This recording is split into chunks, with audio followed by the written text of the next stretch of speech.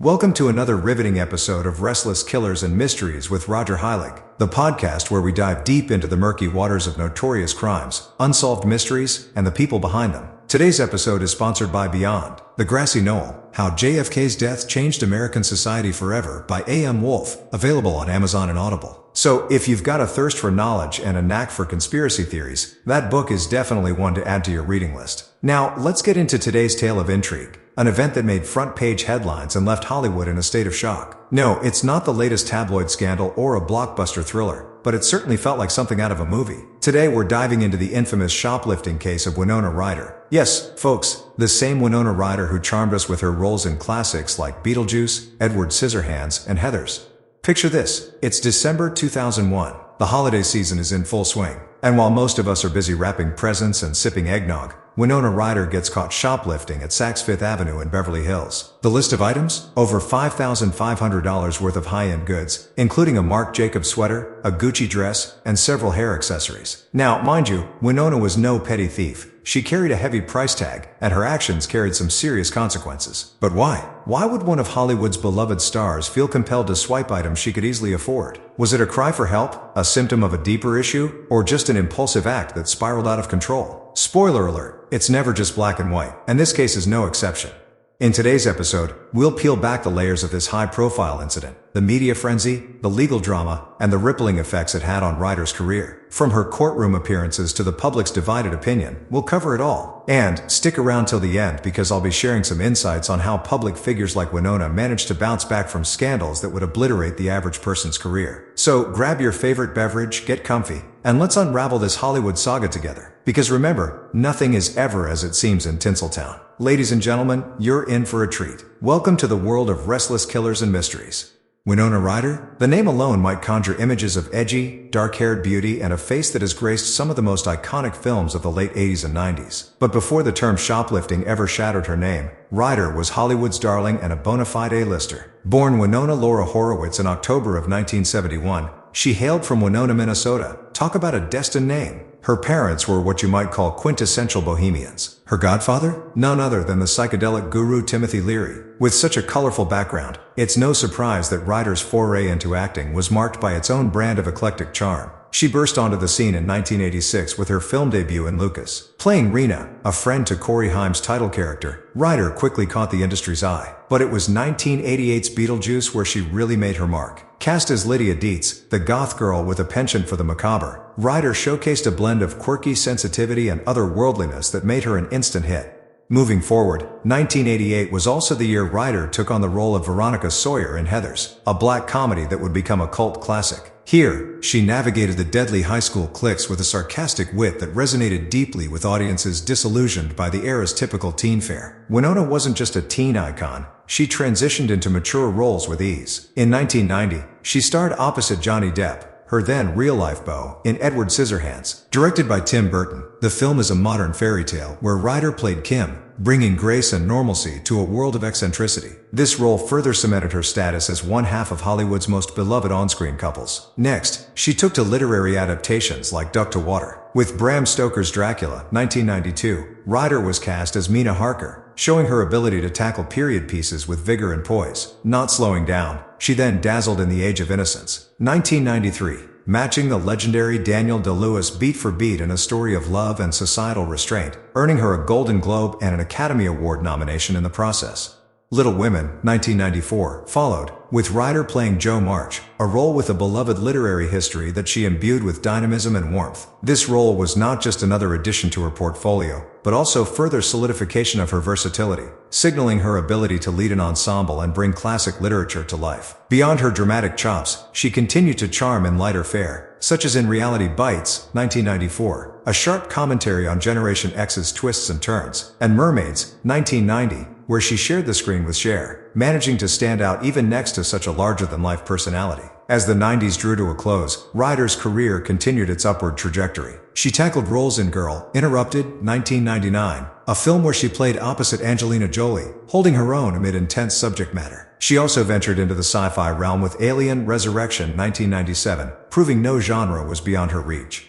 Pre-2001, Ryder was a staple of Hollywood excellence, known for her thoughtfully selected roles and an eclectic mix of projects that showcased her range. She had successfully navigated both indie darlings and blockbuster hits, a rare feat in Tinseltown, and a testament to her talent and adaptability. By the time the new millennium rolled around, Winona Ryder was more than just a household name. She was part of Hollywood's fabric. So when that December evening in 2001 rolled around, the shocking news of her shoplifting incident wasn't just a celebrity faux pas, it was a seismic event that would ripple through the industry and our collective public consciousness.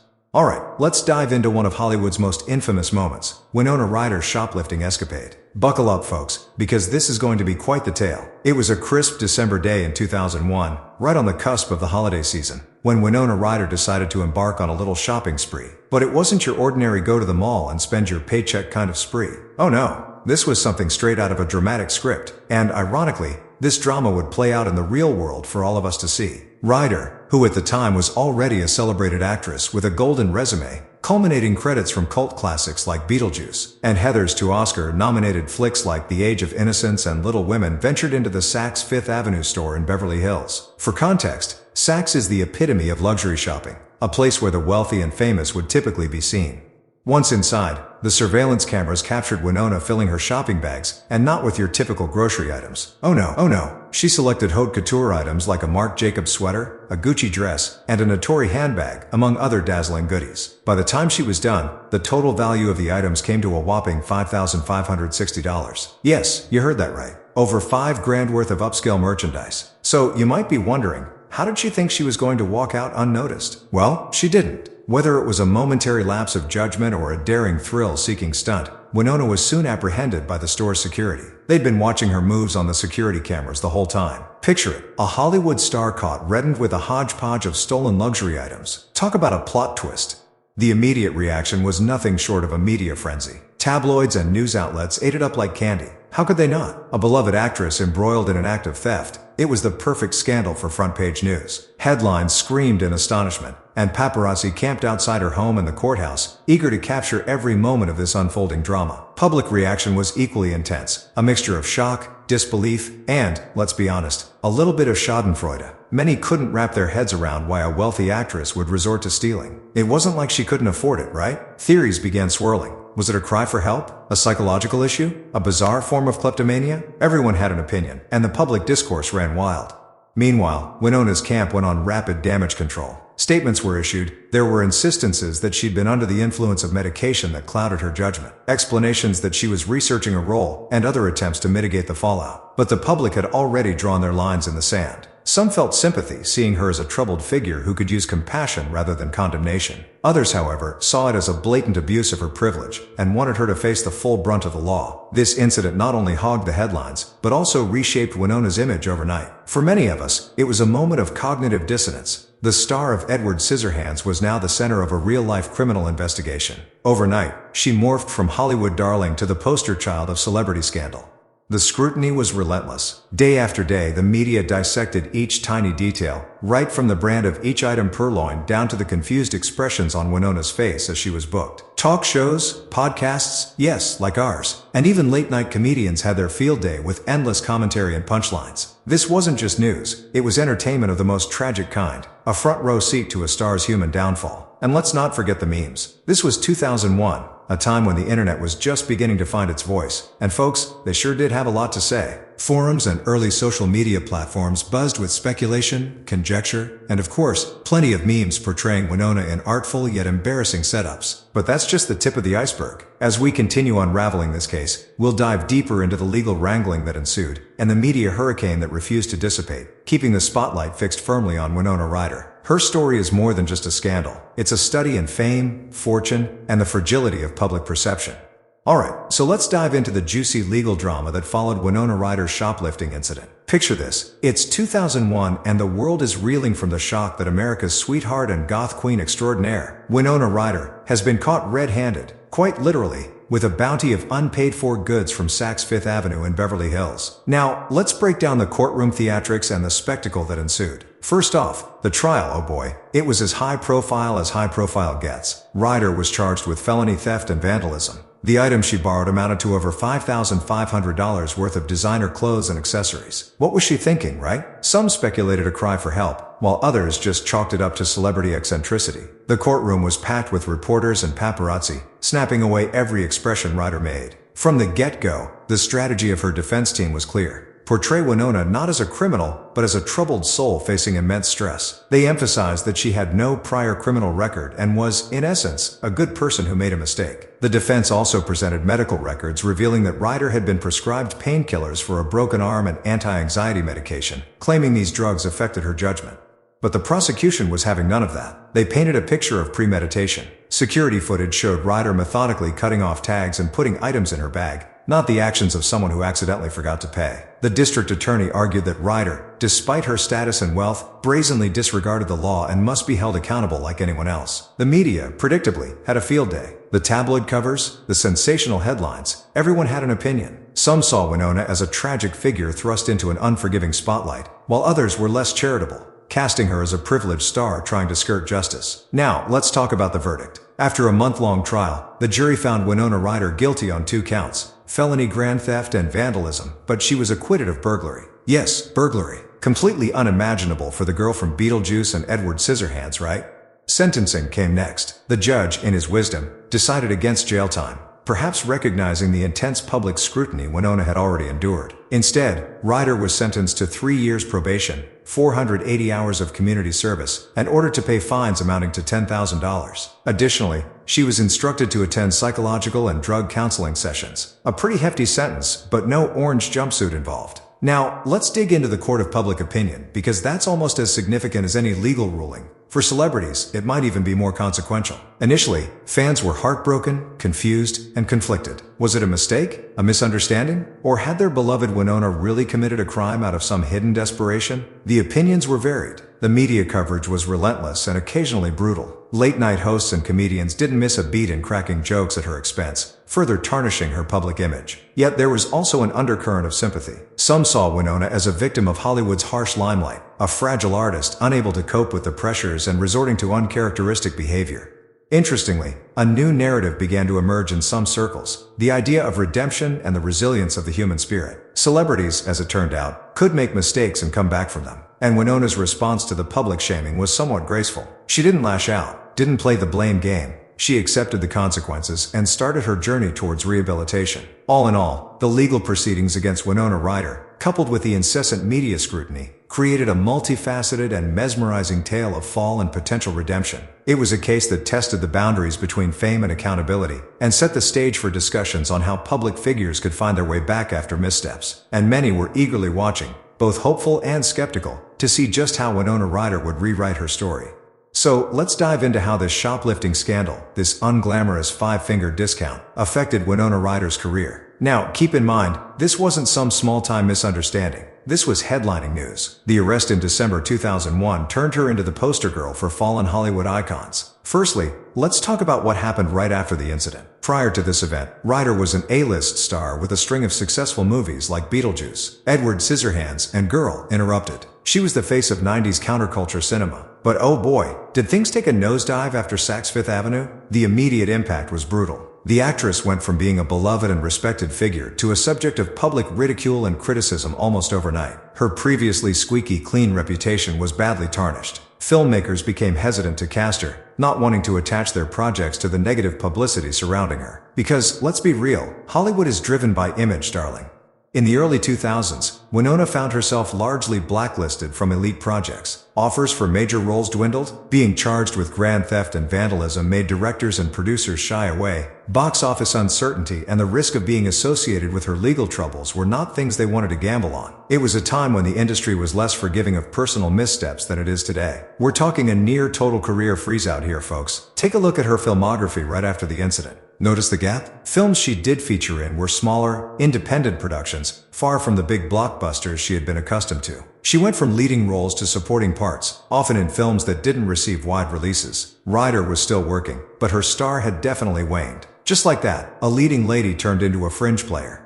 But, and this is crucial, while most of the industry shunned her, a few directors stood by Winona. One notable figure was director Richard Linklater, who cast her in the 2006 rotoscope animated film, A Scanner Darkly. Although the film itself had a niche appeal and didn't exactly revive her standing with mainstream audiences, for Ryder, it was a step towards redemption, a hint that she still had undeniable talent. Fast forward to the mid-2010s. If there's anything we know about Hollywood, it's that everyone loves a good comeback. Winona Ryder found hers in the most unexpected of places, the world of streaming and binge-watching. Thanks to the Duffer Brothers' Netflix sensation, Stranger Things. The show debuted in 2016, and it was a massive hit, catapulting not just its young stars, but also reintroducing Ryder to a brand new audience, many of whom might not have even known about the 2001 incident.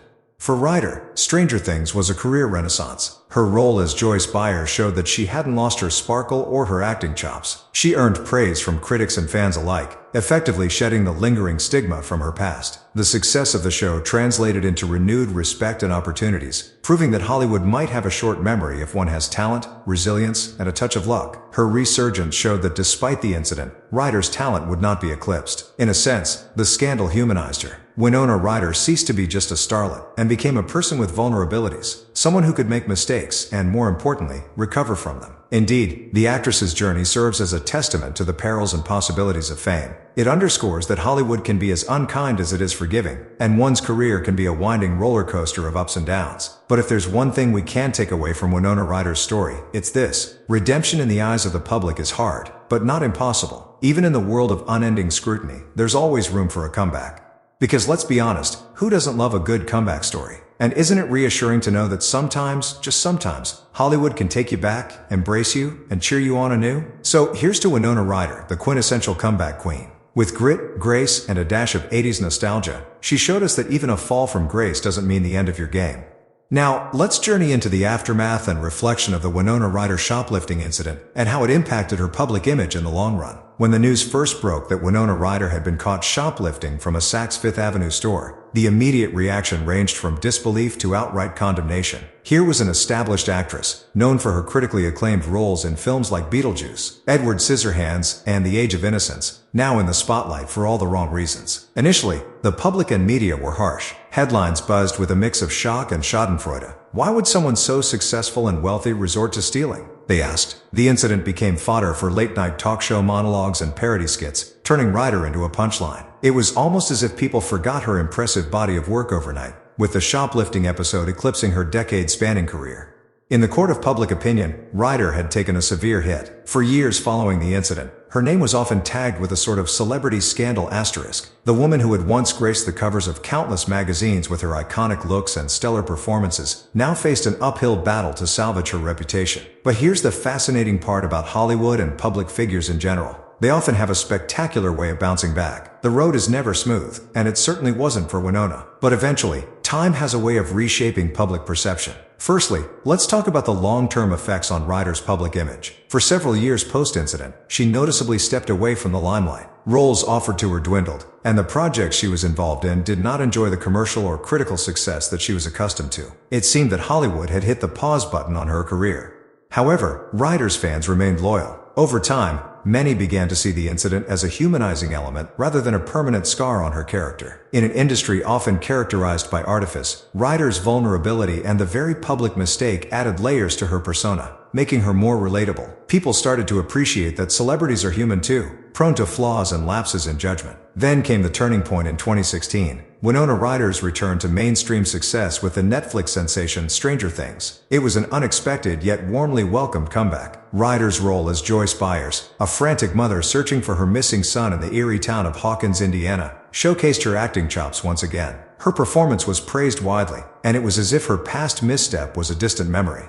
So, how do public figures like Winona Ryder manage to rebound from such scandals? There are several elements to consider. Firstly, accountability plays a crucial role. Ryder's acceptance of her actions and the legal repercussions that followed showed that she was ready to face the consequences. She did not shy away from the fallout, but rather confronted it directly. This kind of responsibility can go a long way in restoring public trust. Secondly, time heals, particularly in the fast-paced world of celebrity news. The public's attention span is notoriously short. While the initial reaction to a scandal may be severe, it often fades, especially when the individual involved continues to lead a life devoid of further controversy. Another vital factor is resilience and talent. In Ryder's case, her undeniable acting abilities and previous body of work could not be ignored for long. Once given another platform, a role in Stranger Things, her talent shone brightly again, reminding audiences of why they had admired her in the first place.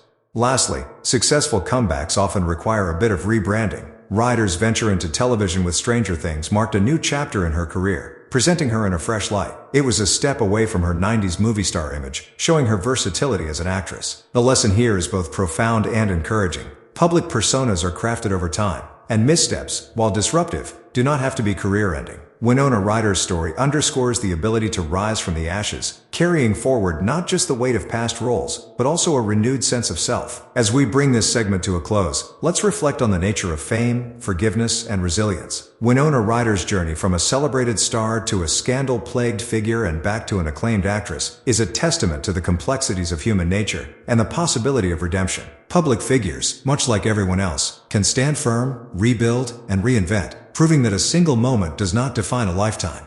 Stay tuned as we continue to delve into more fascinating stories on Restless Killers and Mysteries with Roger Heilig. As we wrap up today's deep dive into the twists and turns of Winona Ryder's shoplifting case, it's clear that resilience and reinvention are often the untold stories behind public scandals. Winona Ryder's journey from Hollywood darling to tabloid sensation and back to critical acclaim in roles like Joyce Byers in Stranger Things showcases not just her formidable talent, but also the incredible ability of public figures to bounce back from adversity. Her story serves as a testament to the human capacity for growth and redemption, reminding us all that one mistake shouldn't define a lifetime. For Ryder, the shoplifting incident was a stumbling block, but not a finishing line. It highlights that our past does not have to dictate our future, a valuable lesson for anyone listening, celebrity or not. Thank you for joining me on Restless Killers and Mysteries with Roger Heilig. I hope you enjoyed this journey through one of Hollywood's most intriguing mysteries. Remember, it's not just about the fall, but how we rise that truly defines us. Don't forget to check out our sponsor, Beyond the Grassy Knoll: How JFK's Death Changed American Society Forever by A.M. Wolfe, available on Amazon and Audible. It's a riveting read that offers deep insights into a pivotal moment in American history. Tune in next time as we explore another curious case that keeps us all on the edge of our seats. Until then, keep questioning, stay curious, and remember, the truth is often stranger than fiction. Thanks for listening, and take care.